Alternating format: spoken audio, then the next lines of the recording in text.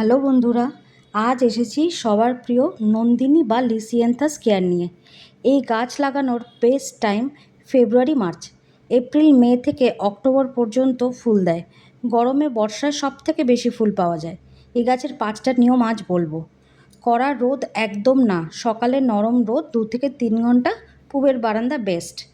ঝুরঝুরে মাটি হতে হবে, 50% মাটি, 30% মোটা বালি, 20% ভার্মিকম্পোস্ট বা পুরনো গোবর সার।